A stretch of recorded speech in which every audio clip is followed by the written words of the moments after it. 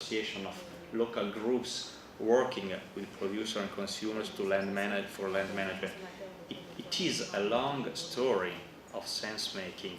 So I think that this is my opinion, connecting the dots of the intervention that I heard.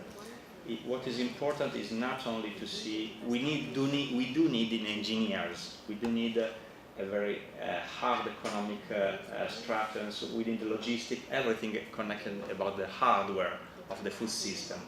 But this afternoon I saw the real importance of this kind of software of the food policy, not only the hardware. So the sense-making process is, in my opinion, a key to read and to understand the interaction of this afternoon. I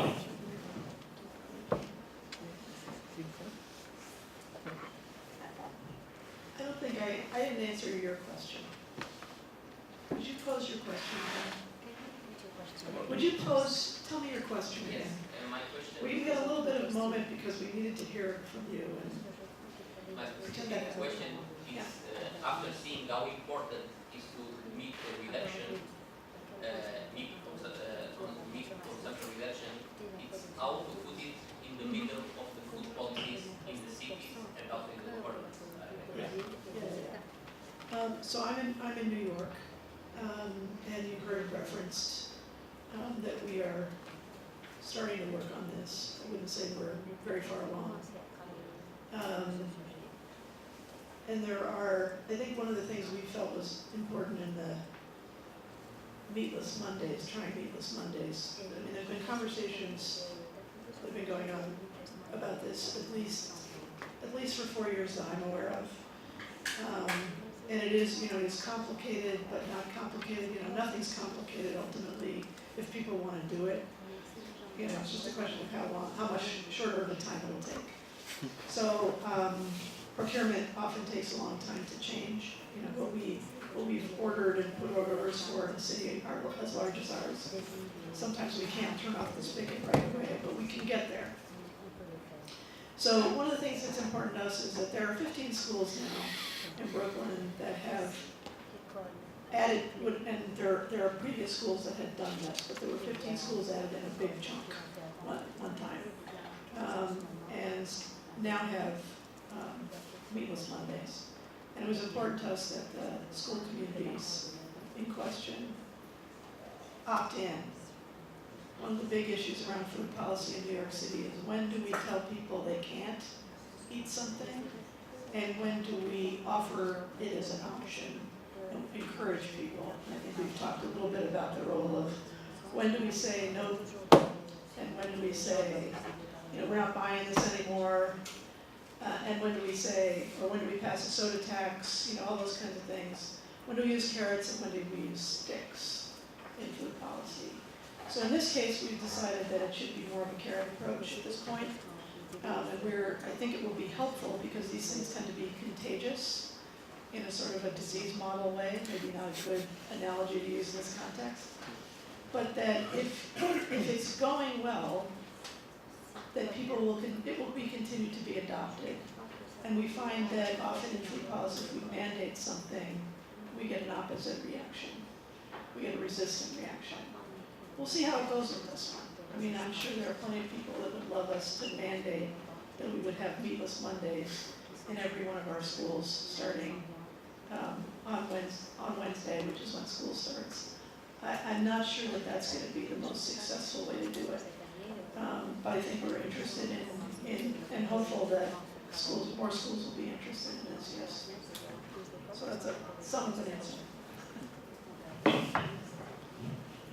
If I may add one thing on how do we get this on the agenda, I know that in many parts of the world, cities are looking into consumption-based greenhouse gas indicators, and their food consumption in the cities will come in as a pretty important piece of the puzzle to reduce if the cities are to reduce their climate footprint. So I know that cities in the northern region, both large ones like Copenhagen and tiny cities in the very north of Sweden, where you wouldn't think that this was an issue, they now make analysis of the carbon footprint and environmental footprint of their consumption, including their food consumption, and then it gets obvious that we have an issue with too high levels of meat consumption.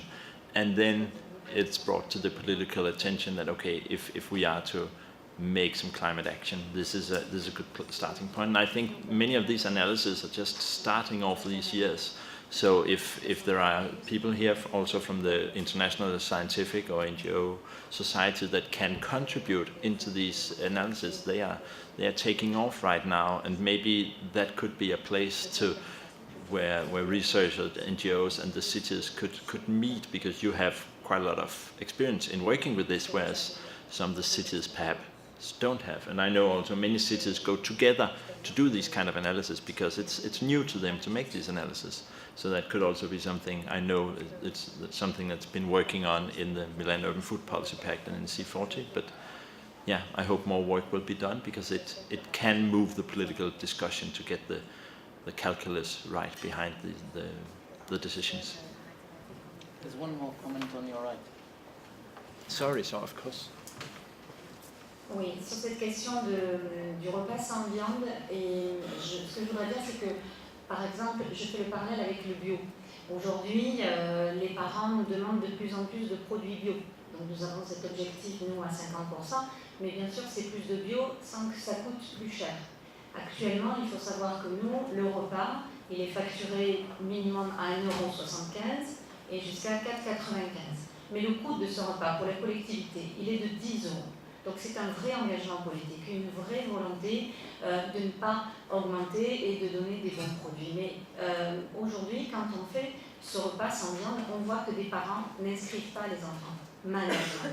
Ils préfèrent qu'ils ne viennent pas à la cantine en se disant « il va mal manger ». Donc il y a toute une question d'éducation alimentaire des enfants, oui, mais aussi, j'allais dire, des parents. Parce qu'on ne peut pas d'un côté demander plus de bio, donc un repas qui va coûter plus cher à la collectivité, et ne pas adhérer à cette démarche-là. On sait qu'une assiette de protéines végétales, eh bien, elle va coûter beaucoup moins cher qu'avec des protéines animales. Donc à ce moment-là, si nous multiplions ce repas-là, nous pourrons mettre plus de bio. C'est toutes les contradictions aujourd'hui des consommateurs, des parents d'élèves auxquels nous sommes confrontés. Donc il y a vraiment un changement des mentalités et à faire que les consommateurs, moi je dis, deviennent conso-acteurs. Et ça suffit de juste attendre de nous, les élus ou les collectivités, d'apporter les réponses sans s'impliquer plus que cela.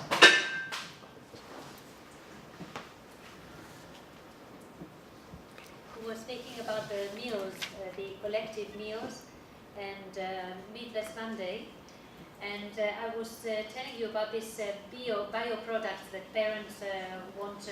Parents want more bio products in schools, but they're not ready to pay for the more expensive, because bio products are more expensive. At the moment, they pay for meals something between 1.75 and 4.95 euros, but the real cost is 10 euros.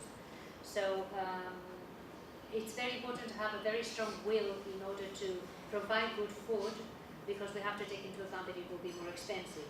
And today we see that many parents will not register their children for these collective meals because they think it's too expensive. So not only do we have to educate children, but we also have to educate the parents. On the one hand, they demand more bio products, and on the other hand, they're not ready to pay for them. If we take into account that a vegetable meal is less expensive, perhaps we could use this reduction in the expenses to provide more bio food as they require. So we have consumers, we have parents, we have a changing mentality. We would like consumers to become consume actors, that is, to get more involved and take responsibility for their decisions.